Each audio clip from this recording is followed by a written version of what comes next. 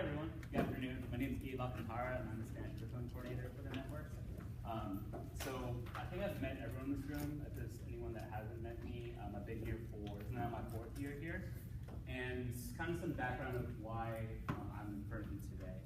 So first off, you know, as Maya has taken on an MD role and had some projects last year that she had actually delegate to some members of the CC team. And so for the ISR process, she kind of looked at me and asked if I wanted to kind of take ownership of that, do some research as well as propose some changes for the process. And so I was super excited because over the last 3 years I've gone to, I think it's like 60 ISRs. And kind of like looking through them, like they started super foreign to me when I first got here, but ever since then, it's something that I'm really excited about whenever they pop up in their calendar. I'm kind of a geek like that. But at the same time, over the last 7 months, I've done some research. I've looked at other networks, other schools of how they do processing similar like this. I've met with every MD just to get their ideas about what are the processes that we have in terms of ISR and how can we make it better. And lastly, I'm really excited to work with all of you guys, just because the feedback that we saw last year really showed that strong facilitation really showed that that was actually effective ISR. And so thank you guys for being here. And yeah, are there any questions before we begin? Cool. And so I always like to kind of connect my trainings with what has been kind of shown to us pretty recently. So here you kind of see our slide that Yasmin showed during convocation. And in the middle we have our big goal of 70% of our scholars getting through college in 6 years with a college degree. And around that you have our 5 bubbles of our strategic priorities. I'll give you a second to look at those. And so looking at those 5 red bubbles, can you see how you can connect the ISR process to any one of these bubbles? So go ahead and choose one that you'd like to share out on. And I'll call on like 3 people.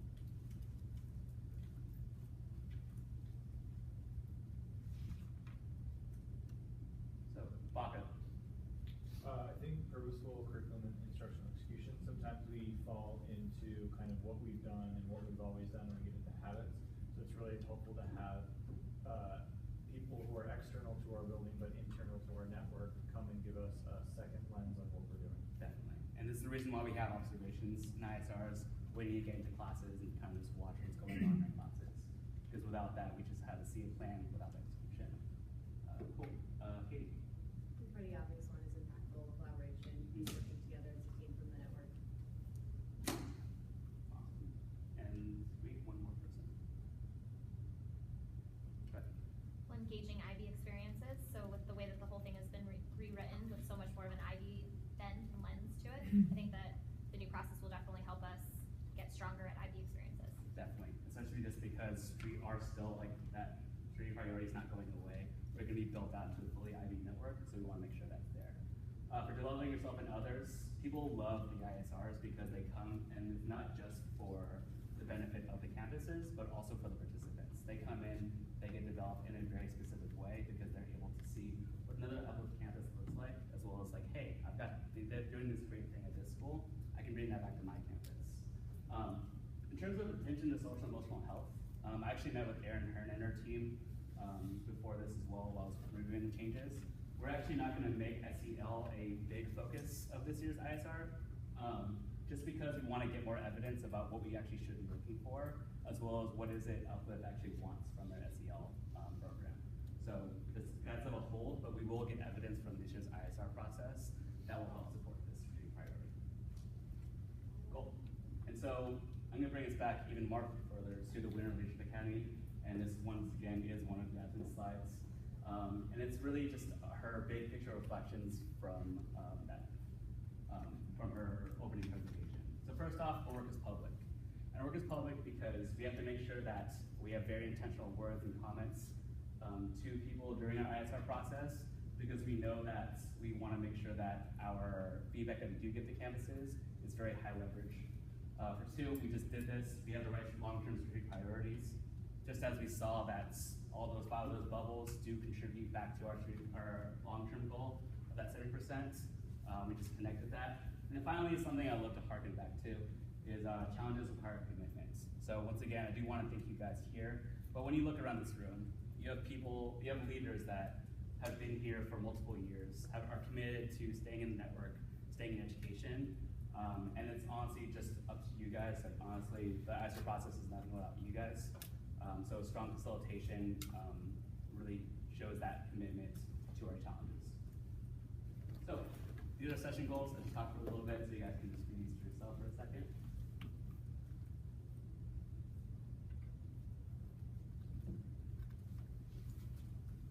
Am I in your way?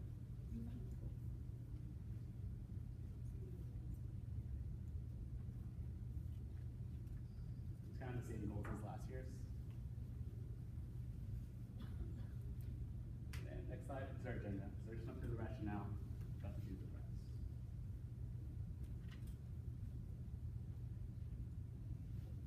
And so when we kind of look at the evolution of the ISR process, 2012, 2013, they were really based around Bambrick's leverage leadership domains. The first year we went through all 8 of them, and you remember that when we actually had like ISRs that went till like 7:30 at night. 2013, we actually split those because there are some that were just not very observable that we couldn't really give feedback on. So we switched out to 4 in 2013. 2014, we actually took RIB and actually condensed that with the leadership domains that we chose in 2013. Last year was actually when we got a lot of praise from the ISR process. And that was when we gave you guys campus ownership over choosing your 2 focus areas. Be like, hey, ISR team, come and look at these 2 focus areas and give us feedback on those. And we got strong praise from that. And so when it's right here at IB implementation, we don't want to take that away. We still want to keep that campus ownership, but with more of an IB focus, more of an IB lens. And so that's kind of where everything is going. And honestly, when we look at the ISR process, it always comes with just the focus of where the network is going. But those are the years. And so, knowing full well that the updates that we'll present are going to always come back to IB implementation. So first off is IB alignment. Before I get into the update, I do want to shout out the 7 schools that were IB authorized this past year, which is Luna Secondary, Luna Primary, Summit Primary, Peak Primary, Pinnacle Primary. I'm missing one. Heights, and Hampton Primary. Heights Primary or Heights Secondary? Heights Secondary. And Summit. Thank you, everyone. Honestly, I mean, convocation, we couldn't actually do that just because it wasn't completely, it wasn't given to us already, so just wanted to make sure we shout that out. And so IB alignment. Knowing full well that we are going to continue to be an IB-focused network, we do want to think about what was the feedback we got from our IB visits last year, as well as what did those visits look like? What are some things that we can already do in this ISR process, so we don't have to wait until our 5-year visits or our 2-year visit during the evaluation. And so literally a lot of the process will come from the standards and practices on which we're evaluated on during the IB process. And you'll be able to read more about that moving forward. So when we look at our focus areas, so last year you guys were actually given the autonomy to actually pick your focus areas. For this year, we're actually going to center them in these 4 focus areas. Does anyone know where these are actually from? IB standards and practices. IB standards and practices and observation form. So I love that you guys got both of those because one, yeah, IB standards and practices, they're from the curriculum section, which is section C, so you can see C1 through C4, and an observation form, and so those are directly aligned. And so we say our focus areas here: collaborative planning, written curriculum, teaching, learning, and assessment. The reason why I chose these 4 were first off because we want to keep using the standards and practices, and they're used all the way from QIP all the way to BP. But also when I actually looked at all the focus areas from last year, so I have this matrix and it shows what everyone chose. For the majority of them, they could actually come into these 4 buckets. So for example, if you had like a small group instruction or small group differentiation, I would put that teaching and learning, and also to a certain extent, collaborative planning. If I'm looking at something like IB connections, unit planning, lesson plan alignment, I would see that under written curriculum. For assessment, those are things I see like data, DDI and data practices in terms of just variety of assessments, as well as in our MIP schools, just use of MIP rubrics and criteria. That's how I would see assessment. And finally, for collaborative planning, we saw focus areas like PLC collaboration, transdisciplinary connections, connections as well as interdisciplinary connections. So when I'm looking at all the focus areas from last year, the reason why we actually centered these under these four were, one, there were some focus areas that just were not observable, so I wanted to make sure we didn't have those anymore. And then two, we were all kind of looking around the same thing, but we didn't have a common language. And so when we're actually looking at these focus areas, I do want to make sure that it is focused on something that we will see. And whether it be an evaluation visit or authorization visits, we'll still have these focus areas / these standards and practices. See a lot of people writing. Are there any questions while I'm talking about this? Go ahead, Stephanie. So to be clear, directors are to choose focus areas that are on this page. Mm-hmm. Okay. Yeah. And so I think the way it's going to go in making it more autonomous is you guys are given this chart where it shows you the 4 focus areas, but also gives you the focus areas from last year and how they correlate. I know that when you guys do make your campus leadership presentations with your teams, you guys will have some specific tasks. And so making it more specific in terms of oh yeah, you're just going to look at teaching and learning. No, you should be a little bit more specific in terms of what you should be looking for within that realm. Okay, thanks. Yep. And just also for one point of clarification. Yeah. Schools will still be choosing 2. But yeah, only 2. Good question. Anything else? I'm sorry, I missed this. The first update was just that it would be more IB focused lines. IB? Okay. Yes. And so I think the alignment that we see here is first off focus areas, the next change that I'm about to talk about, as well as when we look at our new note-taking templates, because I did update those specific to the focus areas, they actually have evidence of what IB would be looking for aligned to the focus areas. Good question. Cool. And this brings me to the third update, which actually is one of my favorite ones.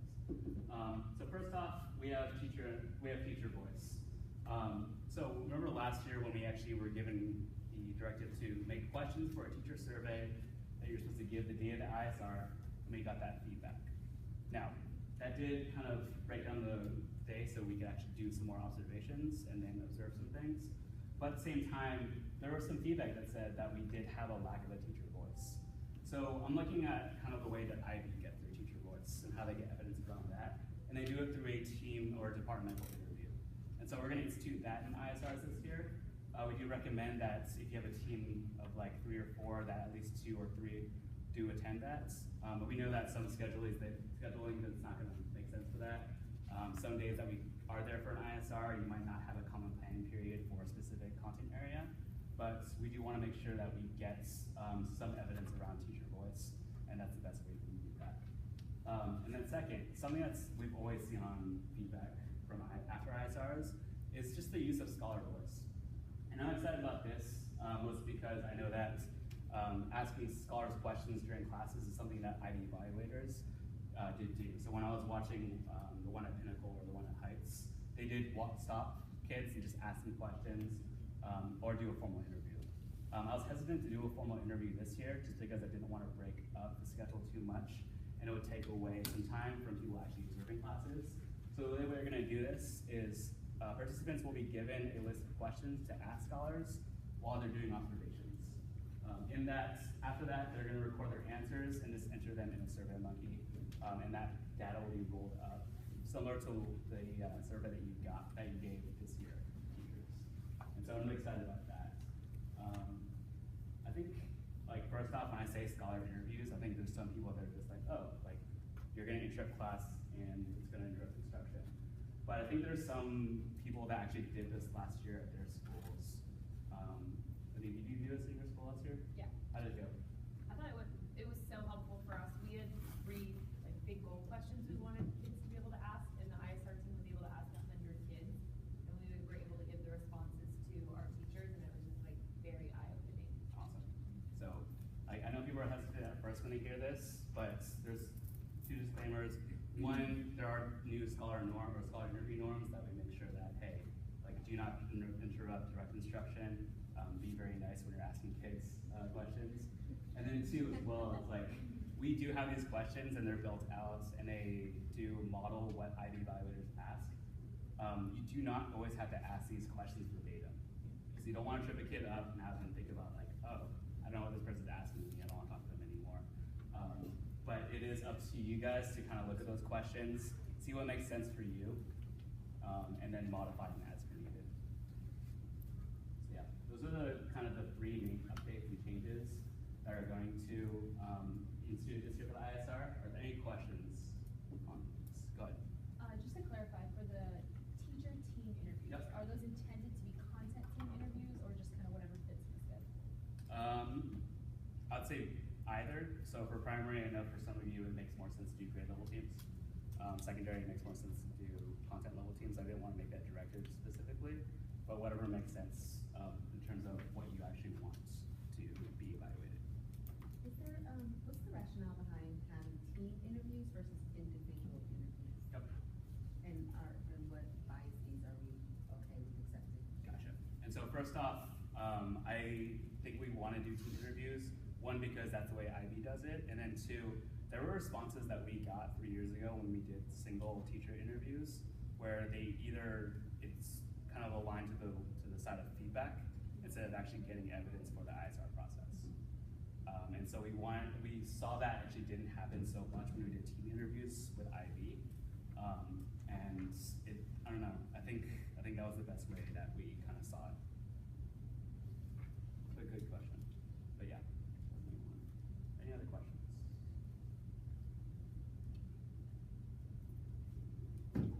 So you might be asking, like, okay, based on these updates and changes, how does that actually change before the ISR, during ISR, and after? So before, when we look at this list right here, nothing really has changed too much. We still have our facilitator director meetings. You guys are still gonna collaborate with your operations director to do logistics, but also collaborate with them if they're having an OSR that day. You still are gonna get data and document collection, logistics in terms of spacing, lunch for the day. And then finally, we're all gonna upload to Blackboard prior to the ISR. So nothing on that was changed. You wanna make that note? Are the ops still paired with primaries for the most part? Yes, for the most part, and then there's also Heights Middle School and Luna High School will have an ops team with them. Just because, if you've seen from the calendar invites, ISRs, bless you, ISRs are only happening on Mondays and Thursdays this year. And so there might be some days where there's like 3 of them, and we couldn't kind of do all the ops on one side. So that's our before ISRs. And I think I really want to harken in on this facilitator director meeting. And so when we look at the facilitator director meeting, once again, the majority of it does stay the same. You're still going to choose 2 focus areas. You're still going to collect data and supporting documents that you want to do there. For number 3, this is the kind of new one. Instead of just looking at the teacher interview questions, you're actually going to look at the scholar interview questions as well. From that, you guys will create the ISR schedule. You're going to do a leadership team presentation, and then finally decide your next steps for academic and operations teams.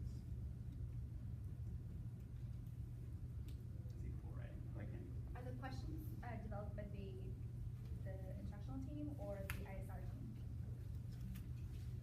Say again? The questions for scholars and teachers, are those questions that are given to us by the instructional team, or is the ISR team already going to have those? ISR teams will already have those. So as a facilitator and director, you guys are going to look at the questions and then see, okay, what makes sense, and come out to that. So for each box, for each focus area, I've given anywhere from, I think it's 10 to 12 questions. You guys can decide what questions you want to use from that. If you want to do any or all of them. But yeah, that is the facilitator director meeting, and we'll come back to that. That's what the ST gets planned to. Dan, do you need to write something? Cool. So during ISRs, kept from last year, it's mostly the majority of the process. Once again, we're still going to have operations school reviews at primary schools, at Luna High School, and at Heights Middle. We're still going to do leadership team presentations. You're going to do observations. We're still going to have a lunch debrief or afternoon debrief, and finally feedback. That's the stuff that we did last year with the Google Doc. That seemed to go pretty well. People asked to keep that just because it was a great way for us to actually just keep all of our thoughts as well as introduce that to the team. New this year, you can see there's IB-focused, IB-aligned focus areas. We have new note-taking templates. It's actually at the end of your guide, all 4 of them. And then there's early dismissal for operations. That was actually asked for by operations, mostly because there are some times when we pulled so many people off the campus that actually made car line very dangerous. And so operations they're actually going to leave school, I think by 1:30 is the set time, so they can get back to your campuses and do closeout with you. So they will actually just send either the writer or the operations director their feedback before they leave at the end of the day. And then finally, the biggest change we see here is teacher interviews, teacher team interviews, and finally scholar interviews. So, like a lot of the feedback from last year was like, you know, I really like this year's system. I don't want to change it too much, but I thought there were just some ways that we could have just tweaked it a bit for you guys. Are there any questions right now?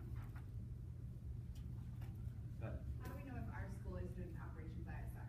cool. And so on the calendar invite, there should say operations facilitator. And then there's going to be separate operations teams. Like they will get different calendar invites for that.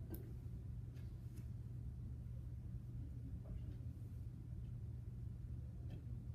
So this is kind of your time right now to read through the guide. We'll see if you guys need the 20 minutes. Well, you have 20 minutes to read through it. We already had some eyes on this, but I've always seen that when people start seeing something like, oh, I have this idea, people start talking to each other. I do want to make sure that people get their time to actually read it silently. So if you have any questions, there's post-it notes littered around the tables. Go ahead and write down notes. If you want to like raise it up, if it's a burning question, I'll come and kind of talk to you about it. But otherwise, see if you can read through the full guide and see if the question will be